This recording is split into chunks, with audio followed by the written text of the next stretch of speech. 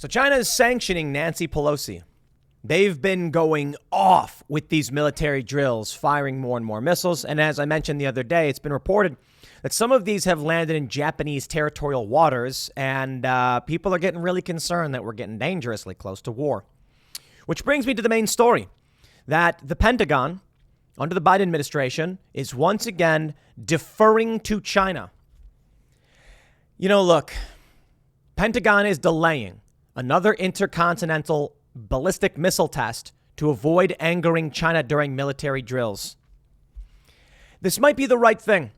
Biden is basically bowing to Beijing, but considering the provocation of Nancy Pelosi and what we're seeing, it might be the right thing. I don't know. I don't have access to the information they do. I don't have classified information, but I will just tell you the simple pros and cons.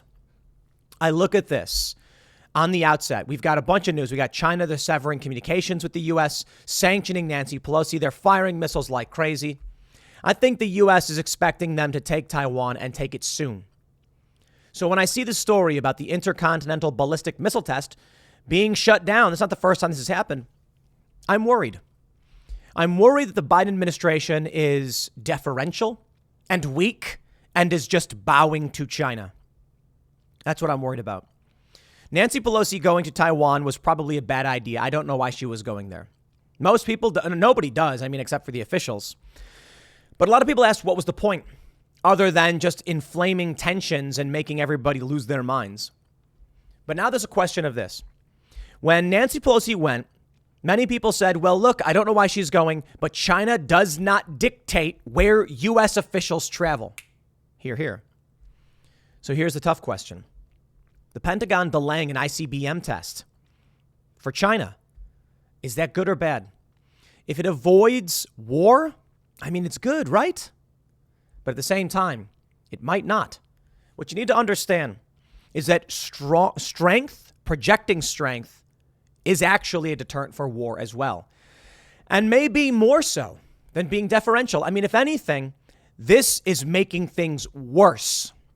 See, I don't want to be so naive to be like, you should just, saber, rattle, and fire the missiles, because that could make things worse, right? But I fear this is making things worse. There's no easy answer. When Nancy Pelosi goes to Taiwan and all this insanity happens and they sanction her and then we go, we're sorry. What does China say? They say, we can do more. Now, when the U.S. sends a strike group and a carrier to the Strait of Taiwan into the South China Sea and they say, try it. That's when China says, okay, we don't want to go to war. But I think what we're seeing here is clear.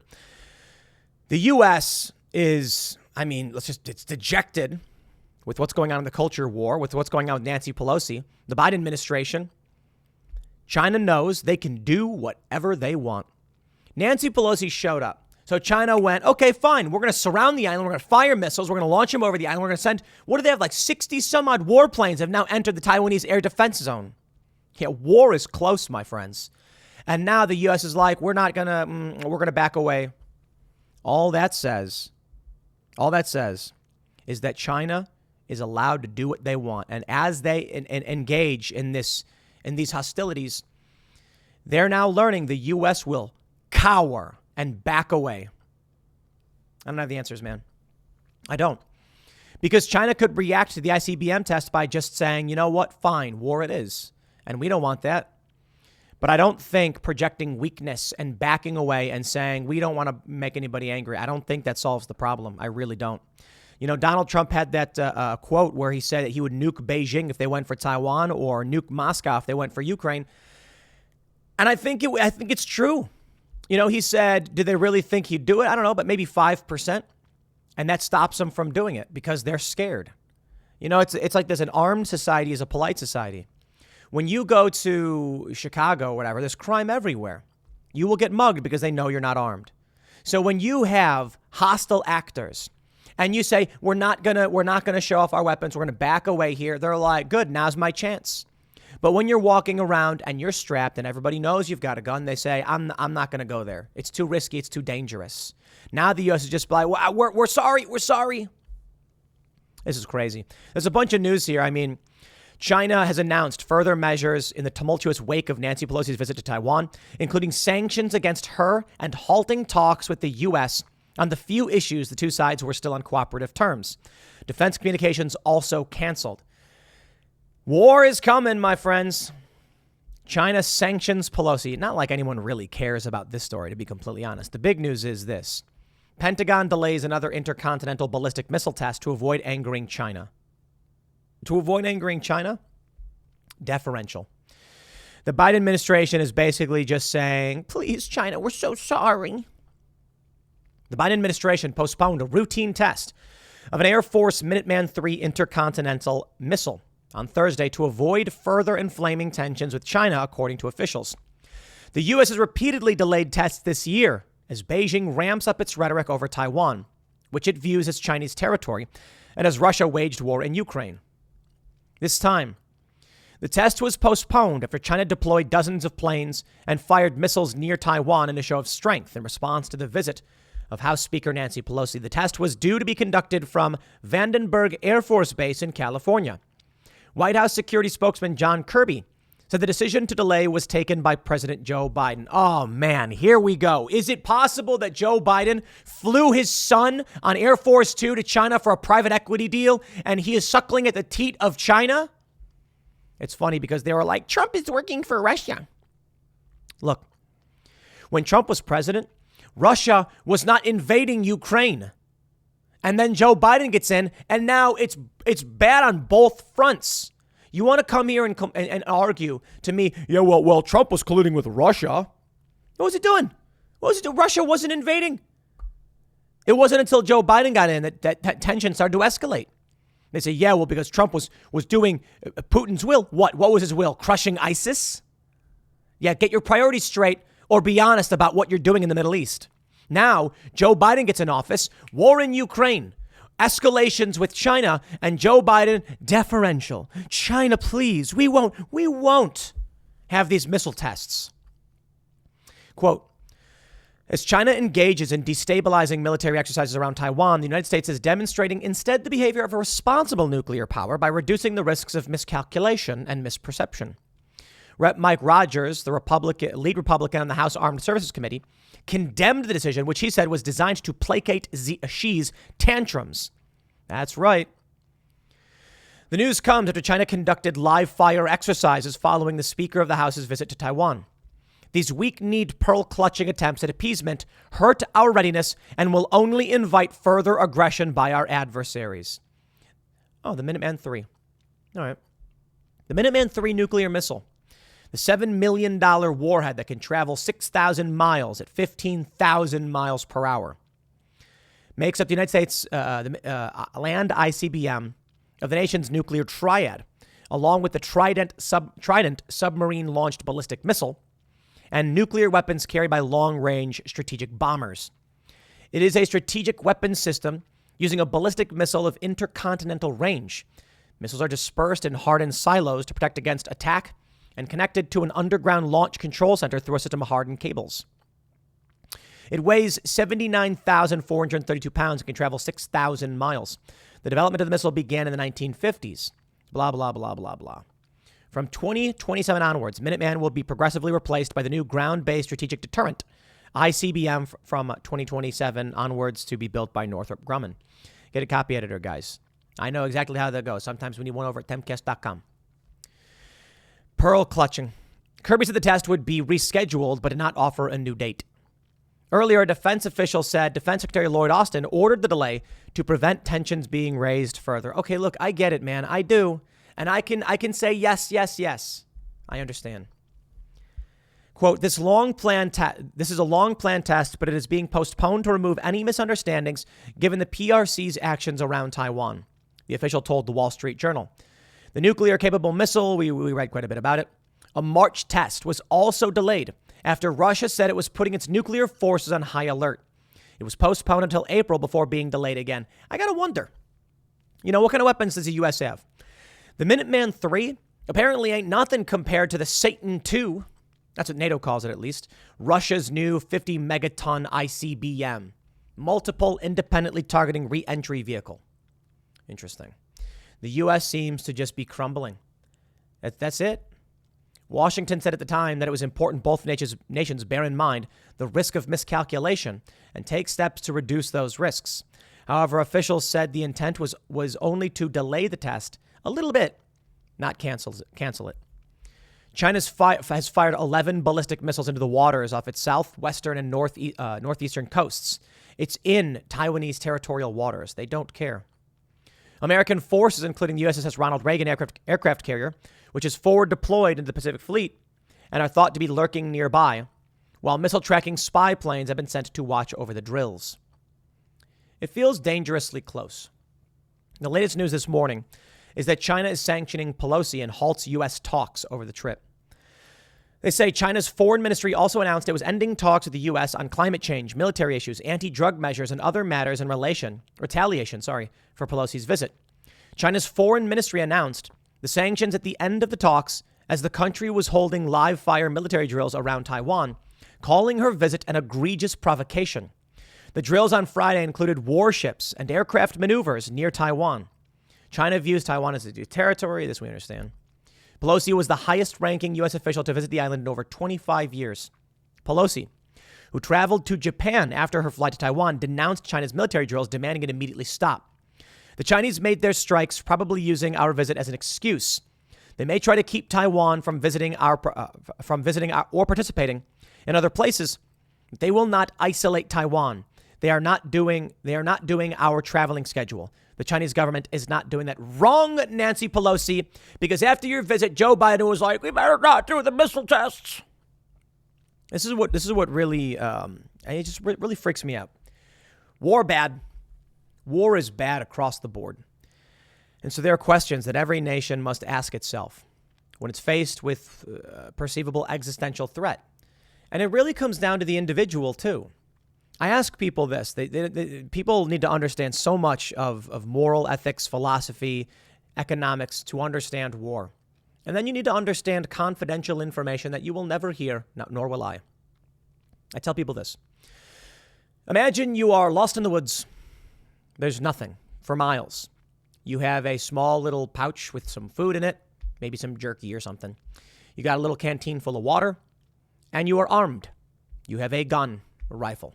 Let's say you got an AR-15. It's a 5.56 with a 30 mag round, fully loaded, And then you're walking through the forest, and then you see a man off in the distance carrying the exact same things as you.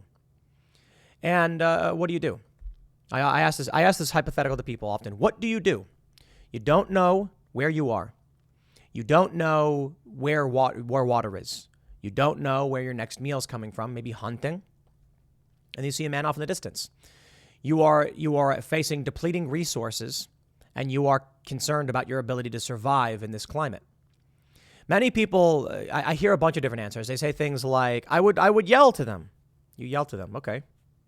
What do you think that person is going to do when you yell to them? You don't know. What if they raise their rifle and take you out instantly? What do? What if, upon hearing you yell, they take their weapon at low ready, and then they yell back? What do? Well, now they're getting ready to do something. They're grabbing their weapon. Do you grab yours? But then they see you grab your weapon, and they say, hey, stop. They put their hand up. They lift their weapon up. You say, no, what are you doing? And then you point your weapon, and they point their weapon at you, and they say, stop, don't, bang, bang. Okay. A lot of people, when I tell them about this scenario, they make the assumption that the person speaks English.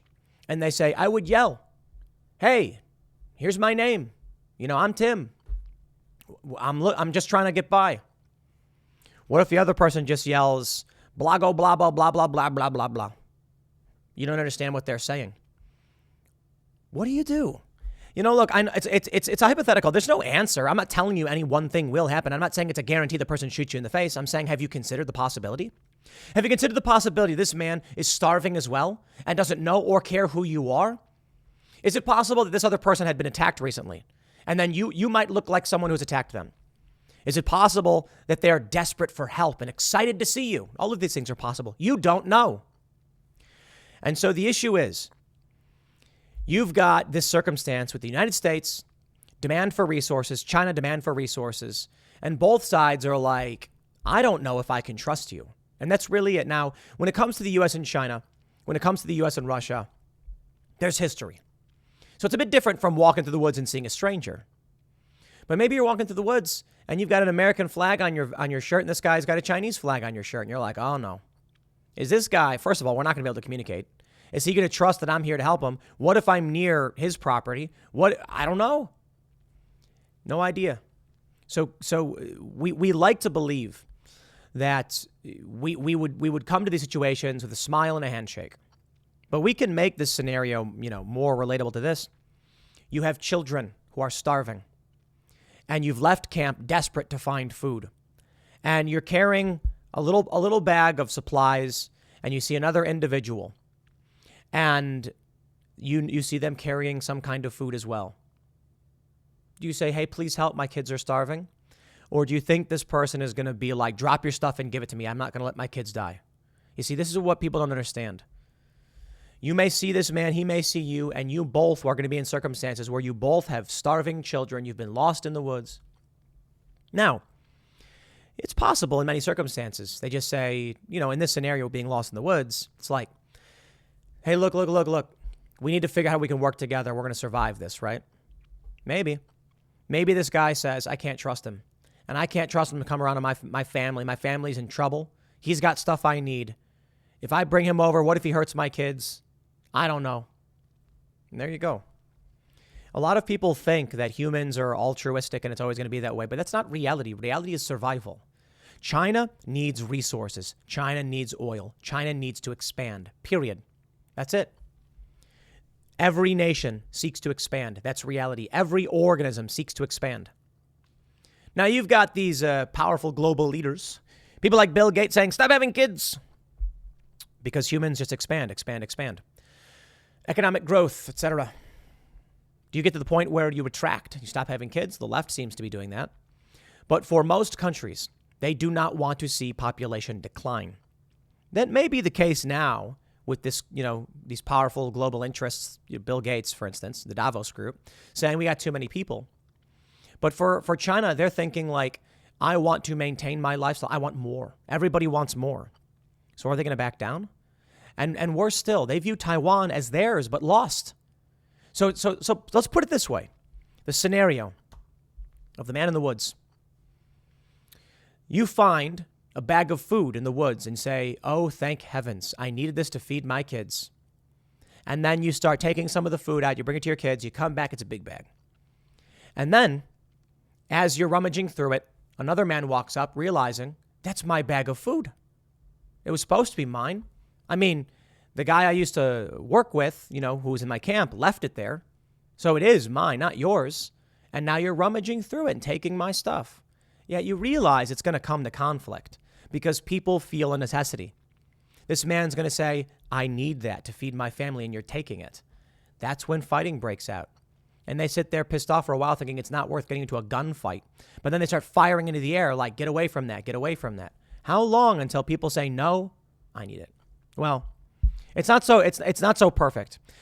The United States signed a bill to start bringing chip manufacturing to the United States. But there's a question of, again, not a perfect analogy.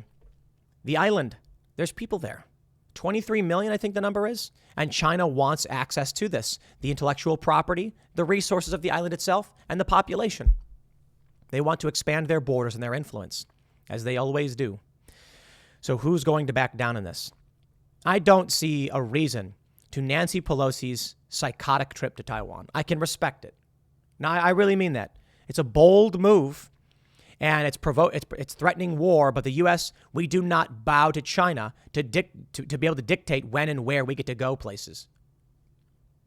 The same should be said for Joe Biden. This idea that he's going to halt a missile test, it's insane. What we're seeing now, China-U.S. theater commanders talk is done. U.S. defense policy coordination is done. U.S. military maritime consultative agreement is done. Suspending U.S. cooperation on repatriation of illegal immigrants. Suspending legal assistance in criminal matters. That's crazy. China cooperation on transnational crimes, counter narcotics, climate change. I don't care about that last one for the most part. China's violating that anyway. This is a major step towards war. We're having these conversations. Now we're not. What did Nancy Pelosi do? Provoked war, escalated it, and pushed us to the brink. It's amazing. I got to be honest. It's amazing. This hasn't done anything to simmer tensions down. Nancy Pelosi's trip seems to have served no purpose other than to make war possible. So why cancel a military test? To let China know that we'll prod them, but then we're going to back down and cower? We got to get Joe Biden out of there, man. What we need is a Donald Trump who's going to be holding his finger over the button, being like, do it, Beijing. And then have the CCP be like, stop, dude, geez. But we don't have that. We have Joe Biden be like, oh, I'm sorry. Oh, I'm sorry about Nancy Pelosi. Come on, man. It's pathetic. Look, I'm not an expert on I don't have access to this confidential information. Plans are in place that we won't know about. I can only talk about surface layer issues. But these surface layer issues that we do know about inform the general public and how they vote on things. And so long as this is what's happening, I think we're heading in a dark and dangerous direction. I'll leave it there. Next segment's coming up at 1 p.m. on this channel. Thanks for hanging out, and I'll see you all then.